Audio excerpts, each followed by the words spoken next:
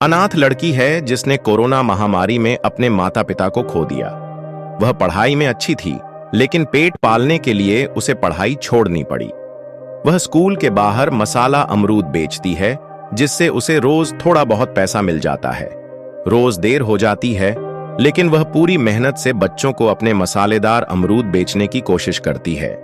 काजल की पहली बिक्री और बच्चों की प्रतिक्रिया। काजल बच्चों को मसाला अमरूद बेचती है और पहली बार रिंकी और पिंकू नाम के दो बच्चे इसे चखते हैं। उन्हें इसका स्वाद बहुत अच्छा लगता है और वे रोज खाने का वादा करते हैं।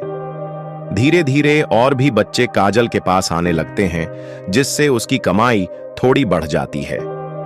आर्थिक तंगी और उदारता। एक दिन रिंकी और पिंकू के पास पैसे नहीं होते, लेकिन काजल उन्हें अमरूद खाने को दे देती है। उसका खुद का नुकसान होता है, फिर भी वह मुस्कुराते हुए दिन बिताती है, यह सोचकर कि अगली बार ज्यादा बच्चे आएंगे। रहस्यमयी कार और महिला की नजरें। रोज एक कार वहां से गुजरती है, जिसमें बैठी एक महिला काजल को ध्यान से देखती रहती है। काजल को यह अजीब लगता है, लेकिन वह इसे नजरअंदाज कर देती है। कुछ दिन बाद स्कूल का गार्ड उसे बताता है कि प्रिंसिपल मैडम उसे बुला रही हैं। काजल को स्कूल में नौकरी का प्रस्ताव। काजल जब प्रिंसिपल एकता मैडम से मिलती है, तो उसे पता चलता है कि वे रोज उसे देख रही थीं। एकता मैडम उसे समझाती हैं कि छोटे बच्चों के लिए मसाला अमरूद खाना ठीक नहीं है और उसे यह बंद करने को कहती हैं।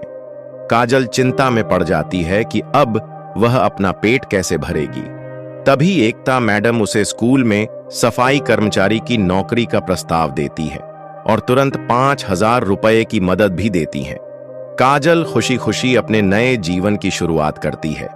काजल को अगले दिन जब वह स्कूल में काम करने आती है, तो उसे स्कूल की ड्रेस दी जाती है। उसे लगता है कि यह गलती से हुआ है, लेकिन उसे बताया जाता है कि अब वह इस स्कूल में पढ़ेगी। काजल भावुक हो जाती है और सोचती है कि उसकी जिंदगी अब बदल रही है। स्कूल के बुजुर्ग कर्मचारी मुंशी राम काका बताते हैं कि 30 साल पहले एकता मैडम भी इसी स्कूल के बाहर मसाला अमरूद बेचा करती थीं।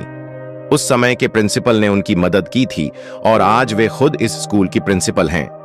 काजल को यकीन हो जाता है कि मेहनत और ईमानदारी से वह भी आगे बढ़ सकती है। सुजाता पति नरेश और सास सरोज के साथ रहती है।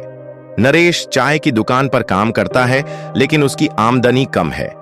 सुजाता घर के आंगन में सब्जियां उगाकर उन्हें बेचने का विचार करती है, ताकि घर की आर्थिक स्थिति में सुधार हो सके। सरोज भी अपनी बहू का साथ देती हैं और दोनों मिलकर मेथी, पालक और सरसों जैसी सब्जियां उगाने लगती हैं। पड़ोसन जानकी, जो हमेशा दूसरों की नकल करती है, सुजाता से जलती है और अपने आंगन में भी सब्जियां उगाने का प्रयास करती है। लेकिन जानकी मेहनत नहीं करती, जिससे उसकी सब्जियां खराब हो जाती हैं। कि सब्जियां अच्छी होती हैं और वह गली गली जाकर उन्हें बेचने लगती है। लोग उसकी ताजी सब्जियां पसंद करने लगते हैं, जिससे उसकी कमाई अच्छी होने लगती है। जानकी इससे जलने लगती है और एक चालाक योजना बनाती है। जानकी ईर्ष्या में आकर सुजाता के बगीचे में जहरीली दवाई छिड़क देती है, जिससे उसकी सारी सब्जियां खराब हो जाती हैं। सुजाता को बड़ा झटका लगता है, लेकिन वह हार नहीं मानती और दोबारा बीज बो देती है। जब नई फसल तैयार होती है, तो जानकी इसे चुराने की योजना बनाती है। सुजाता और सरोज जानबूझकर जोर जोर से बात करती हैं कि वे सब्जियां कल तोड़ेंगी। जानकी रात में चोरी छिपे सब्जियां तोड़कर उन्हें बेच देती है। सुजाता पहले से तैयार थी। उसने मनोज, जानकी के पति के साथ मिलकर जानकी को फंसाने की योजना बनाई थी। वे झूठ मूठ पुलिस बुलाने की बात करते हैं, जिससे जानकी डरकर अपने अपराध को स्वीकार कर लेती है।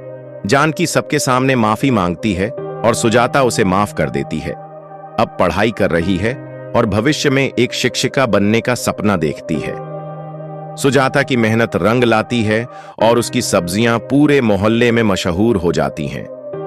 एकता मैडम और नरेश जैसे अच्छे लोगों की मदद से दोनों महिलाओं की जिंदगी बदल जाती है और ईमानदारी से इंसान अपनी तकदीर खुद लिख सकता है। जलन और चालाकी से कुछ हासिल नहीं होता, बल्कि अंत में सच्चाई और अच्छाई की जीत होती है।